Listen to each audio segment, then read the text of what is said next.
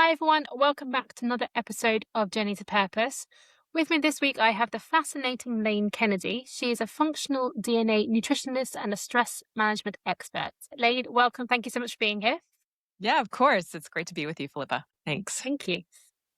First, very easy question is, where in the world are you? I'm in San Francisco, California. Oh, so jealous. We had this conversation previously, but I love San Francisco. I'm very jealous that you live there, and I wish only good things for it. It's today. It's a balmy 64 degrees, cloudy, overcast. It's still great. It's still great. Oh, it is great. Perfect. Right. So let's talk a bit about you then. And you do a lot of things. I didn't give you sort of your full credentials, but you've done mindfulness, teaching, but a lot of Mhm. stuff around stress. So what led you to sort of this holistic path of and skill sets, and what was it about your life that brought you to this path? I think when somebody has a nervous breakdown or when they have an out of body experience or when they come down with an illness and they want to figure it out, right? They want to get to the bottom of it. And that's my situation. Like I didn't plan on becoming a mindfulness teacher or stress management expert. Like that just sounds weird. But I've been doing that for the past 8 years, because I was the one having an out of body experience here in San Francisco in the Haight-Ashbury neighborhood. I had my then he was, gosh, he was like 3 or 4, and son in the car, and there was somebody who was driving ahead of me who wasn't going at the rate that I wanted them to drive. And in San Francisco, they're little streets, so you can't really go around somebody. And I was honking and yelling in the car. And then he stopped. And then I stopped the car. And then I got out of the car. And I just had this moment like, what are you doing? You just left your child in the car and you're at this man's car. It still just freaks me out that I had this kind of episodic moment. And after that, it was like, I have to figure something out. I have to figure something out. Like, why am I having these reactions? Mind you, I also live in long-term recovery from alcohol and drugs. So it's not that I was hungover or that I was like just kind of not feeling it. Like I had a full moment of like anger that bubbled to the surface. And so that was this breaking point of like, okay, I'm going to figure out why this is happening and how can I self-correct? And then of course I started teaching. It's only natural, I think, once you discover some of this stuff that you want to share it with the world because there's a lot of need for it. Yeah. Yeah, there is. And so, was that 8 years ago, or has it been 8 years since you kind of started teaching? 8 years officially, yeah. This incident happened when my son was 3. So my son now is 16. So Okay, good. I had to go through training. I did, Yeah. schooling, just kind of putting in hours and learning. And then I started teaching. And it was pre-COVID, right? So then we had the COVID explosion and that turned into something else entirely. And now we're on the backside of, a world shutdown. And so many people are living completely still unregulated. And I don't think people understand what the actual fallout, long Mm, term from that worldwide event. yeah. Yeah. And I think I look at it from, excuse me, from the things that I see. And yes, I see a lot of mental health challenges, but I want to pull on your point about the emotional regulation, because I think actually it starts with the emotional challenges, the emotional dysregulation. And when that's not addressed, that's when the Right. mental health challenges come as well. And so Yep. if we have that greater understanding of what's going on in ourselves and our emotions and why you got out the car and why, that happened, we can hopefully find better ways of preventing us getting to the real deep, dark mental health stuff, or at Right. least better understand the path to manage it should it still go there. Now, obviously, stress is a big focus for you, and you've created these stress sessions. What are they about, and how does that fit into your own personal journey as well? Yeah. So, I started teaching first responders and listening to them and listening to how they react. So, first responders were kind of like my first market. And then I went into city organizations and listening to people in offices and high profile people. And again, listening to what stresses them out. What are the triggers? I don't like that word trigger, but what are the things that cause the event that makes them unregulated? And so I put together an 8-week kind of course, so to speak, sessions where I was teaching, what to look for and when they're on the job, and then how to manage these symptoms when they're on the job. And so I was doing that for a couple years, and then COVID came, and then I kind of had to shift and rethink what I was doing, because stress looked differently.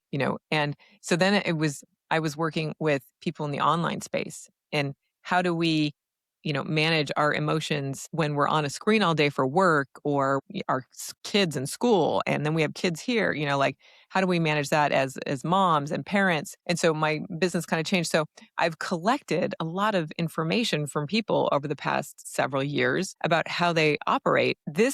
Not this year. Last year, I collapsed. My nervous system collapsed. And so for the last, 11 months, I have been on my own rehab program on correcting, or not correcting, it's not the right word, but taking care of my own nervous system. So it's it's been quite a ride over the last 8 years. And everything that I share is in science. It's evidence-based. I really love the work of Judson Brewer and James Nestor with Breathe. And there's just a lot of people that I've studied with that are my mentors, that I'm not going to, I don't know. My old thinking before I became a teacher was that you didn't need any kind of, like, you just became a teacher because you were a yoga teacher. Yoga teachers were, and I was like, oh, we just go into Shavasana. But that has, there's so, it's so not that. It's not kumbaya, is what I'm trying to say. Yeah, absolutely. I mean, I think, funny enough, my first job after I graduated was a teacher in a what we'd call a comprehensive, so like a high school in a part of the Northeast, and it was very educational for me personally. Obviously, being I was 23 at the time, didn't have my own children, and I suddenly had a school of like 1,000 11 to 18-year-olds My from every kind of social economic background you can imagine. I was in charge of English as additional language, and we had a large immigrant community. And to be any kind of teacher isn't just about rocking up and imparting knowledge, no matter what environment you're in. It is a calling, Yeah. and one that is sometimes quite forgiving. And I think it's important to call that out, that you don't teach just because like you think it's the thing to do. You teach because there's a calling that you have to do it. You nailed it, Philippa. That's it exactly. It's like there's no other, I can't do anything else. Like, I've tried to do Mm. other things, and it always comes back to this. It always comes back to how can somebody move away from stress? How can somebody regulate their stress? How can somebody just sit with themselves? Because even that is dysregulating for some people. So yeah, it Hmm. is definitely become, I'm living on purpose for sure. I mean, I first I want to thank you for being so honest about the struggle of the last year as well, because and we see it too often, and with the online world being only the picture you want to put out there. And particularly when it comes to mental health, and you and I both know this, it's a continuum. It's Yeah. not like you're ill one day, then you're better the next day, and that's it forever. Or that if you're always good, you're always good. Or if you're always bad, you're always bad. Like it goes up, Mhm. it goes down. I was in the army, I was quite resilient, but I had Nice. a sort of a 6-week period during the pandemic where I just like, it was like, I think it was year 2 of the pandemic, and I just cried a lot. I still went to my job. I went to my job, I was honestly online. You couldn't tell anything was wrong with me. My husband obviously knew, and I couldn't even tell you why. I think I Yeah. was just burnt out. I think I just reached this point where, I'd seen so many people around me. I have friends who work in the National Health Service over here who were Mhm. all either getting sick or burnt out. I was doing a job for the government at the time, which again, sick or burnt out. It's a lot. And no matter how resilient you think you are, no matter how many courses you do, no matter what you put yourself through so that you don't break, we all Right. have breaking points and different ways of showing that. So you just said a couple of things. We think that we're resilient. It's like, there's a thinking issue right there. We think that we're resilient. And yes, humans are incredibly resilient, and we are going to figure things out. And I think about genetically how somebody's put together. I can see when somebody's going to be resilient and when they're going to push through. And I can also see somebody who's going to be delicate and break into pieces. And so, one thing that I really enjoy doing is working with people around understanding what their DNA is, so they don't spiral into these shame patterns of like, oh, I'm never going to get better. This is how that's my life is a mess. I'm always a mess, and this is how I see addictive behaviors come about. I'm, I can't stop drinking. It's like, I just like the stories that go around the rumination, which is even more unregulating to the nervous system. right? It releases that chemical concoction that just makes everything worse. So I work a lot around, let's look at your genetic profile so you understand, who you are because you can change your lifestyle, right? To change the thinking. But your DNA is always going to be expressed. It's always going to be like this. So that's been a really fun part of my work as well, is like helping people to understand because they like this idea of like, oh, this is scientific. This is what it is, right? Mm. But really like the homework and the work, the shift in somebody's perspective and how to release that stress, it's not 1 + 1 = 2. There's nothing, If if there's nothing, only. it's like you got to put the work in for that. Like, and it's a different kind of work. It's not, you can't just read books on this one. Yeah, absolutely. Gosh, wouldn't that be marvelous? It's that simple. We'd Yeah. all be cured overnight. I want to just quickly touch on the DNA.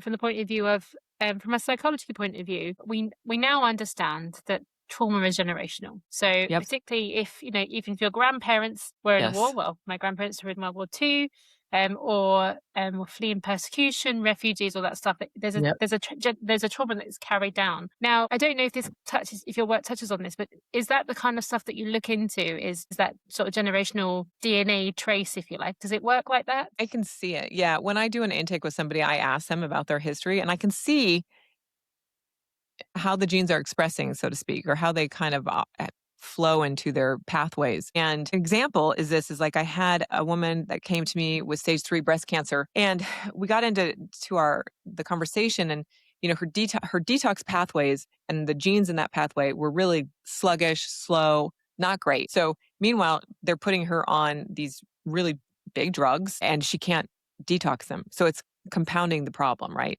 So I said Mm. to her, tell me about your family. Like, tell me about like where you were born and, where is your mom and your grandma? And it comes to find out that her great grandma came from the jungle, came from a shanty, um, drinking not, great water, food was limited.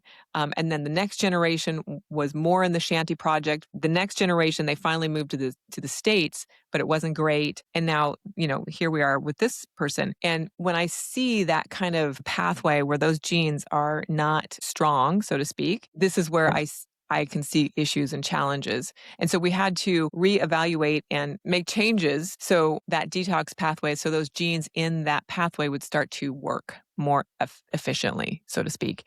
And good news is that we got her out of Cancerville. Like Mm. she's no It's more. wonderful. Yeah.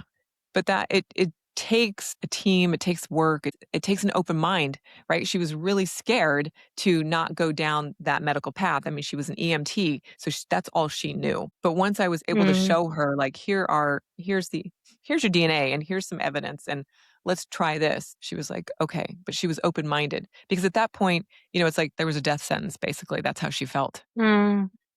And now she's living her life and getting her real estate license. So Cool. yeah. So yes, to answer your question, I can see that generational. I can see the trauma and how somebody was living, perhaps, or perhaps they were living near a war zone, so there was the stress of that. 1,000%. I mean, I think it's all fascinating stuff. In terms of, I mean, my master's in neuroscience and psychology, and I really wanted to be both because psychology I think is quite static in Hmm. terms of we have a lot of the same. We have the Jung, we have the Freud, we have Yeah. a lot of the same thinkers who are all kind of early 1900s, late 18th century, Mhm. 19th century, early 20th century, and a lot of the stuff they said is there's a reason we still follow it today. But as we understand the mind and the brain and what goes on from a neuroscience point of view, and there's every year there's something new being discovered, we kind Yep. of tweak things slightly. And that's where I think it's really exciting for the genetic side of mental Yes. health as well as Mhm. the neuroscience side, because these are very, very new sciences. And as a Mhm. result, every year you unlock something new, it gives you a new understanding, gives you another pathway, another route to treatment, another route to improvement. And so I think what you're doing is very niche, it's very modern, Yeah. but it's kind of the path to the future as well. When we Mhm. hopefully this will be part of our everyday assessment of what is your genetic makeup. Okay, so what does that mean for you? Here's how we Right. can treat you better. Right. But how are you bringing it into your, because you're focusing on stress. So how do you bring that into your stress specifically as well? Well, again, people typically a lot of people will come to me for longevity. because people want to support their kids and see their grandkids, and they don't want to have any kind of brain stuff come up. And so I can look at that in their blueprint and discuss it with them. But the way that I see it and the way that I just keep, the deeper I go into the research, Philippa, it's stress is the killer. Like Mm, it, like I see it as the stress is the thing that we need to mitigate. This is the thing that we need to dampen, the thing that we need to put out. We come into this world these perfect little creatures. And then, we're either whisked away from our parents, right? Which is, I don't understand that. crazy. Crazy, right? I'm like, what? Or we're taken from a mother from a C-section. Like there's so many things. I have a lot of opinions on this. You can tell. But Keep them I, s- coming. I bring this up because we come out as these perfect little beings, and then we start to cry, and we're told, no, that's not good, right? But Mm, crying is this essential. This is a need. It's a communication, and we're like shut down. So the first time we're shut down, we're releasing that chemical in our brain, right? You know that, and it's like that's a negative response. So then we're coming into the world with like, oh, you shouldn't. You have to go pee pee in this little thing. You can't go on your diet. Like, it's like, meanwhile, the little kid has an accident and then they're scolded again. mm, Bad. Right. So it's like yeah. from the get go, we've got these stress, stress, stress. No, no, no. It's like, oh, so sad. So by the time we're 30 and we're behind a computer and we're working, we're trying to raise a family, and it's just compounded. And then we have some kind of accident or a death in our family, again, trauma. And it's like, how long can we sustain this kind of trajectory on this very fragile system? I don't know. So that's why I just keep sharing, like, stress is the number one thing. If I were to tell anybody, like, what can I work on? I'd be like, stress management, like your nervous system regulation. That's number one priority, because people don't even recognize it anymore. They Mm. sleep with their phones, right? People sleep with their phones. It's like, come on. I mean, you've triggered two things for me, which are fascinating. So one is my dad recently has gone to a care home for dementia, unfortunately, but he Yeah. went through this phase when he still recognized who I was. But every time I turned up, he would cry. He, and Mm. and I think it's because he would burst his reality kind of checked back in again. Like he knew he wasn't at home, and he knew that I was his daughter.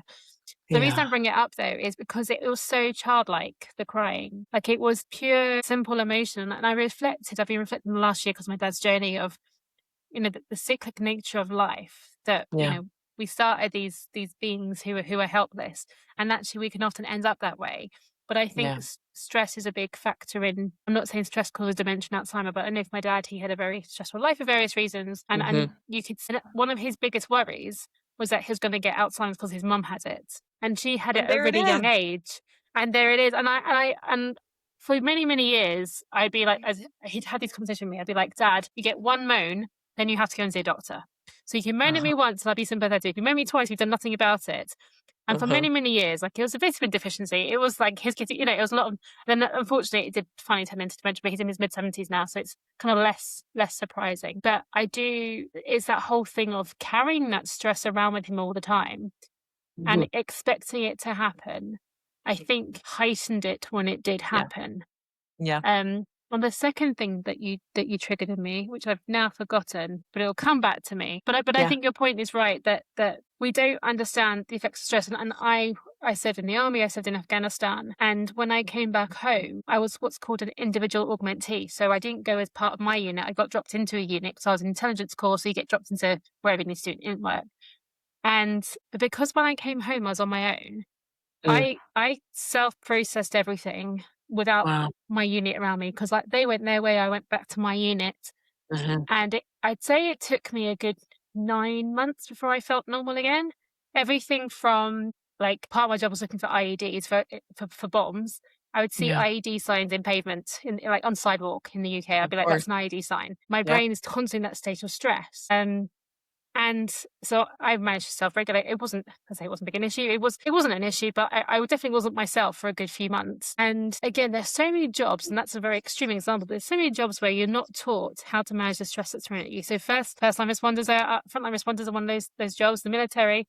But even like you say, sitting at a desk, Mhm. and I've had it with like bid work for big companies when you're trying to Yeah. get money from another company from the government. Like, these are Yeah. stressful roles that you're working long days. And we all know the whole story of, what people regret when they die, and it's never working too much. But when Yeah. you're in that moment, when you're in that environment, when you're in that culture, that's what you know how to do. Like I said, going to bed with your phone. That's what we're taught as a norm to do. So how do we learn to take a step back when actually the world around you is telling you this is how you should behave? I really think it's the breakdown. I really think there's medical intervention that occur like, of ourselves, we're not stopping. We're just not. I don't see it happening at all. There's all the, self-care, and people think, "Oh, taking a bath is self-care." Yeah, that's really nice, but that's not it at all. Like, it's like changing your lifestyle completely, Mm. and it's people are not ready for that. People are not ready to not sleep with their phone.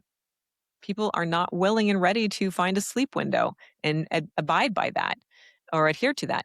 People don't want to make meals anymore. They'd rather grab something and go. So it's like, all right, so if this is what you continue to do, then are you ready to fall apart? Because the human body, Mm. again, it's resilient, but there's a whole other, like, again, I look at the genetic component. And if you've got certain genes that aren't going to fire robustly, you're going to be in trouble in your 60s or 70s. So maybe you should think about, taking care of yourself now before you get there. It's hard. It's a, It it's is. hard. I mean, it's something that I struggle with because I joke Yeah. that I was programmed to work, right? Because Yeah. I had a Yeah. job from the age of 12 and I was very academic and did lots of things and I've always been busy. But I also love history and psychology and neuroscience. They're all Yeah. connected. And one of the interesting ones I was learning about was Margaret Thatcher and Ronald Reagan, Mm.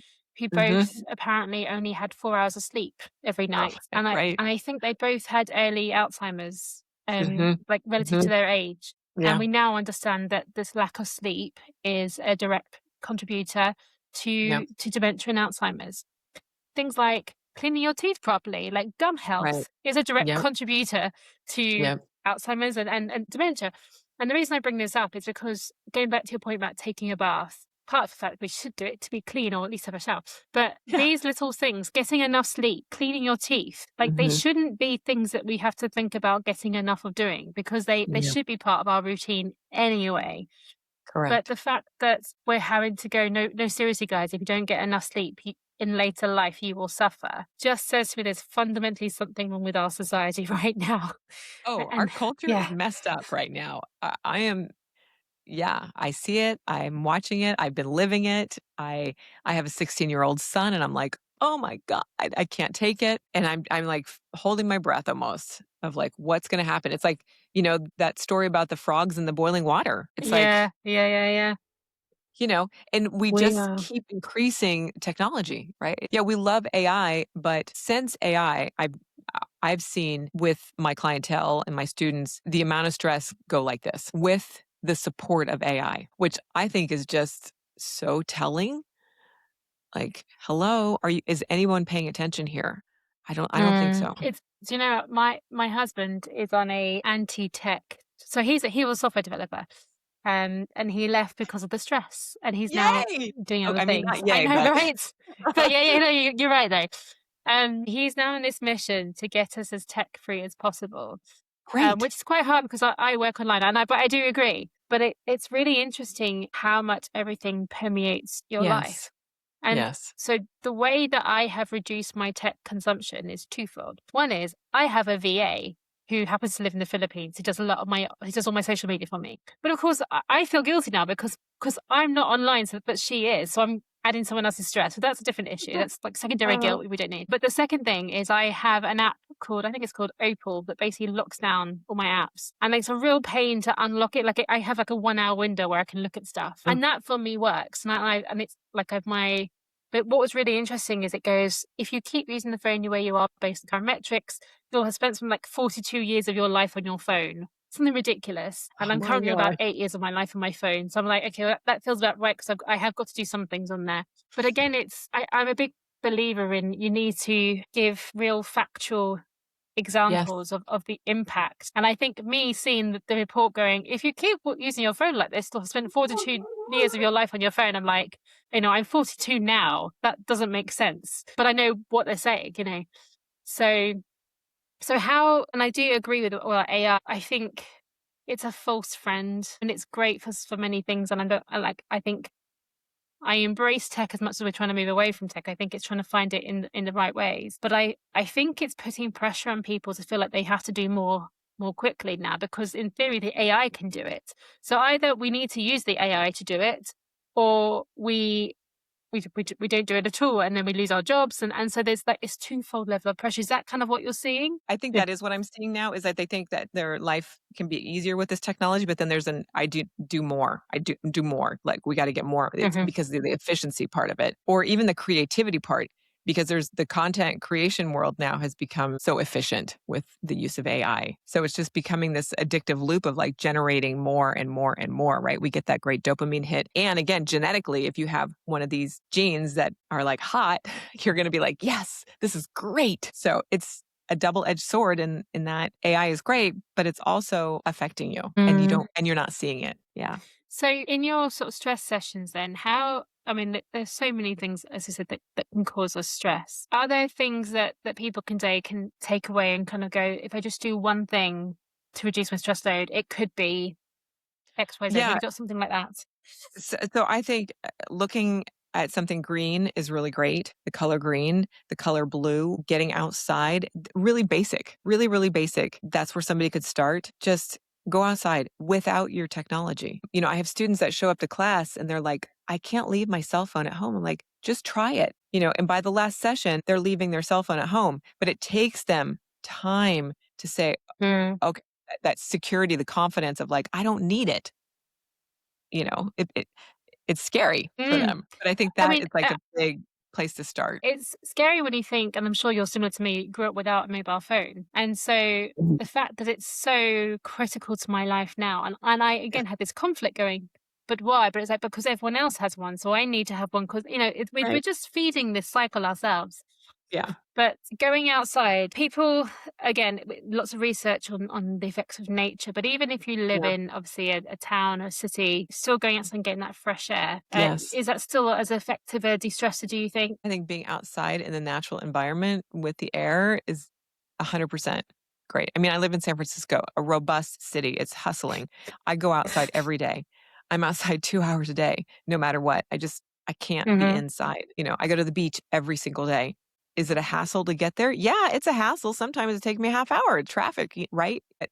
Because my mental health is so important to me because I've been down and I know what burnout is and I don't ever want to get to that place again. Like I don't wish that upon anybody. So, yeah, I can go to the beach every day. It's fine.